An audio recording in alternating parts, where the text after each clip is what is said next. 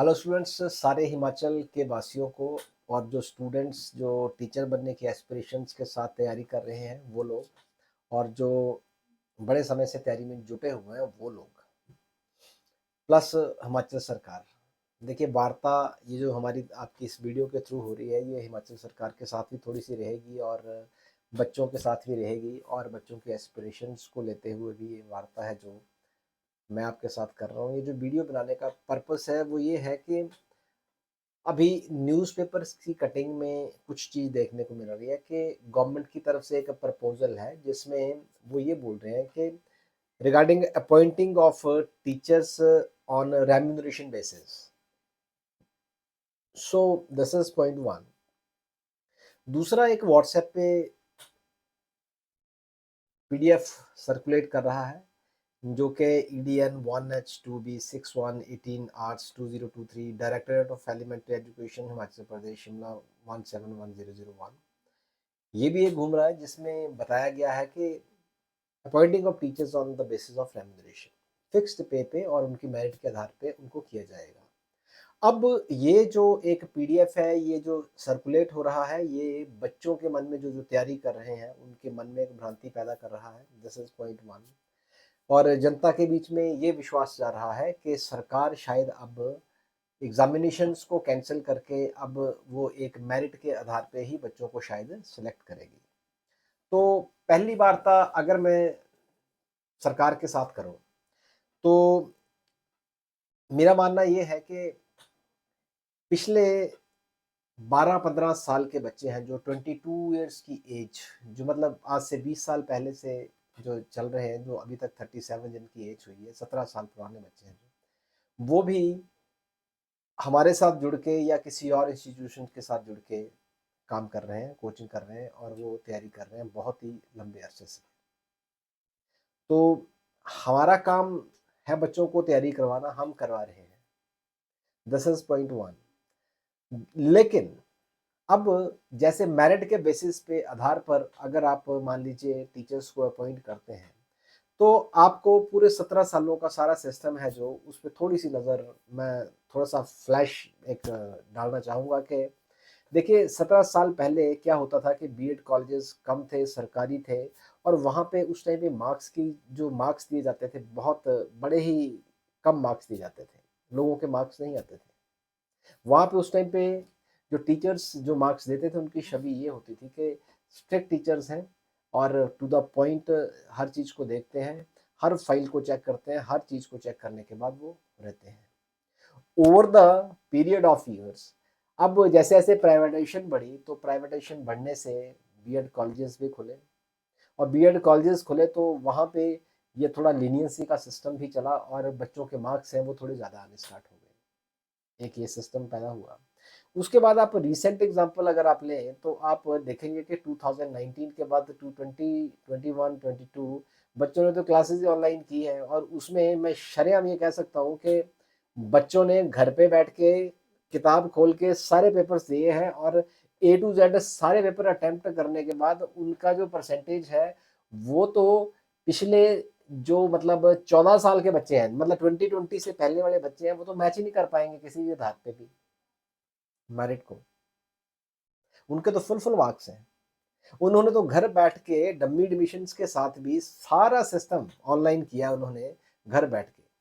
तो how can be compare teachers students जो अभी वाले हैं, जो पिछले इन 3 सालों में जो आए हैं और जो पिछले हैं। लोगों ने टेट क्वालिफाई किया, टेट क्वालिफाई करने के बाद लोगों ने टीजीटी कमीशन की तैयारी की है, मतलब लोगों ने पूरा जोर लगाया है। मैं सरकार से अपील करना चाहूँगा कि ऐसे 1500 स्टूडेंट्स तो मेरे पास ऐसे पढ़ रहे हैं जो टीजीटी की पीजीटी की प्रिपरेशन कर रहे हैं। उनके साथ अगर 6-6 लोग भी एक परिवार से जुड़े हैं तो 1 लाख लोग तो वो हमारे साथ ही जुड़े हुए हैं। इस तरह से कितने और इंस्टीट्यूट्स हैं जिनके साथ जुड़े हुए हैं।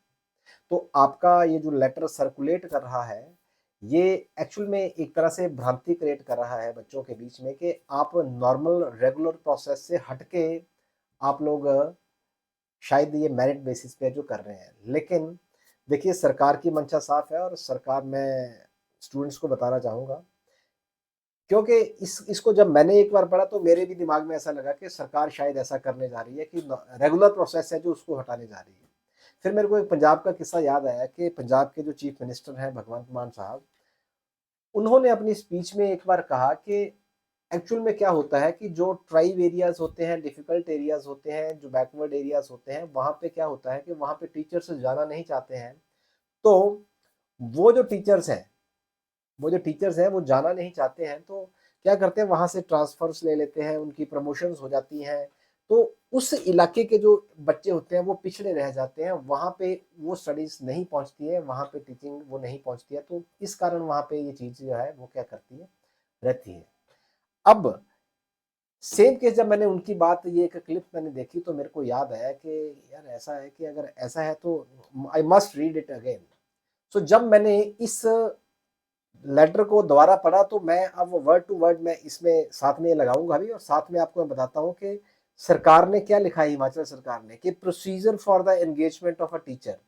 आप इस पैराग्राफ को पढ़ें और उसके बाद आप डिसाइड करें कि सरकार जो काम करने जा रही है ये अच्छा काम है, और ये सिर्फ उन एरिया, डिफिकल्ट एरियाज वाले लोगों के, ट्राइबल्स के एरियाज वाले लोगों के लिए है। जो नॉर्मल प्रोसेस टीजीटी के कमीशन का होना है वो पेपर होगा, पीजीटी का जो कमीशन है उसका पेपर होगा। देखिए गवर्नमेंट ने क्या लिखा है यहाँ पे, उन्होंने लिखा है the government is making all efforts to fill up all the vacant posts in the education institution in the state, but even then, some posts in the tribal difficult areas and other areas remain vacant due to retirement, transfers, promotions, etc., and also due to procedural delay in the normal direct recruitment process through commission, because of which the studies of the students suffers badly. Keeping in view the betterment of the study of the students in these areas, यहाँ पे mention किया गया है, in these areas, it has been decided by the government to permit the educational department to engage teachers in tribal, difficult, backward areas to provide the teachers against vacant posts. सरकार ने ये लिखा है, और इसका मतलब सारे ग्रुप्स में ये जो घूम रही है, लोग ये निकाल रहे हैं कि शायद सरकार टीजीटी कमीशन को खत्म करने जा रही है, पीजीटी कमीशन को खत्म करने जा रही है, और इस कारण जो लोग तैयारी कर रहे हैं वो भी हताश हो गए हैं। और जो इतने सालों से, देखिए we have started coaching for this TGT commission and PGT commission, specially TGT, May 2022, and it's running, मतलब एक साल पूरा होने वाला, अभी मई 2023 आने वाला है, एक साल से बच्चे कोचिंग ले रहे हैं। हमारे पास ले रहे हैं तो नंबर ऑफ इंस्टीट्यूशंस के पास ले रहे हैं, तो लोग तैयारी कर रहे हैं। तो उन बच्चों को मैं एक संदेश देना चाहूँगा कि आप लोग सारे के सारे जितने भी हैं हताश मत होइए, सरकार नॉर्मल प्रोसीजर को ब्रेक नहीं करने वाली है। वैसे भी आपके सीएम सुखविंदर सिंह सुक्खू के बारे में मैं एक बात कहना चाहूँगा कि देखिए, he is the man of courage, पहली बात ये, grounded CM, and he is the one who has shown the capability and led by an example। अभी उनका एक ईमानदारी का बहुत ही बड़ा, सबसे बड़ा जो मेरे को मैं देखने को मिला है, आजकल के पॉलिटिशियंस में चीज़ें देखने को नहीं मिलती है, but he has led from the front. So मेरे को ऐसा लगता है कि सुखविंदर सुक्खू जी जो आपको चीफ मिनिस्टर मिले हैं, वो ऐसे डिसीजन को कभी सपोर्ट नहीं करेंगे कि वो प्रोसीजर्स को ब्रेक ही कर दें और सिर्फ इस चीज़ पे फॉलो करें। तो नॉर्मल प्रोसेस तो जारी रहेगा। साथ में सरकार आपके बारे में भी पॉजिटिवली सोच रही है, तभी तो उन्होंने ये स्टेप उठाया है। तो आप पेपर की तैयारी करते रहिए, और पेपर की तैयारी आप जोर से करिए। कमीशन का पेपर ये लोग कंडक्ट करेंगे, और कंडक्ट कभी भी करेंगे, उनके लिए ये अलग से सारी पोस्ट हैं जो उनको फिलअप करने की कोशिश करेंगे।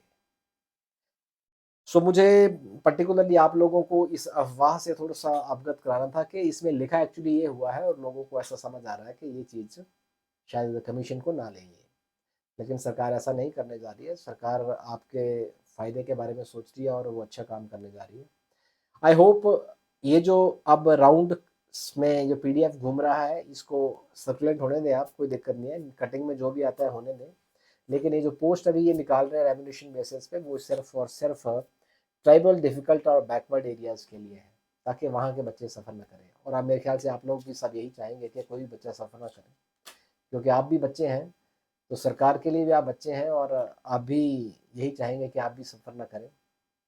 तो होपफुली सरकार सबका ख्याल रखेगी और I wish all the best to everyone.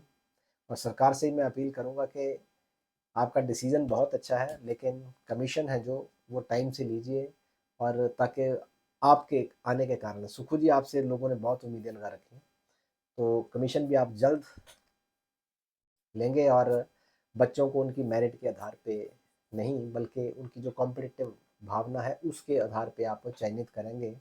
नए टीचर्स की जो पोस्ट आप लोगों ने अभी निकालेंगे या अभी आपने जो सोच रखा है कि निकालनी है, क्योंकि मेरिट का जो सिस्टम अगर आप ये सारी जगह अप्लाई करेंगे, जो जिस आधार पे मैंने बात की है कि 2000 से लेके अभी 2023 तक जो लोग तैयारी कर रहे हैं, जिन्होंने पहले कर रखी है, तो उनमें कईयों के मार्क्स बहुत अच्छे आए हुए हैं बिना पढ़े हुए, तो उन लोगों को फ़ायदा मिल जाएगा। जो मेहनती लोग हैं वो पीछे रह जाएंगे, तो नाइंसाफ़ी ना होनी पाए किसी के साथ, ये आप इतना ध्यान ज़रूर रखिएगा। आप लोग सदैव जनता के हितैषी रहे हैं और आप जनता के हितैषी बन के ही काम करेंगे। Thank you very much.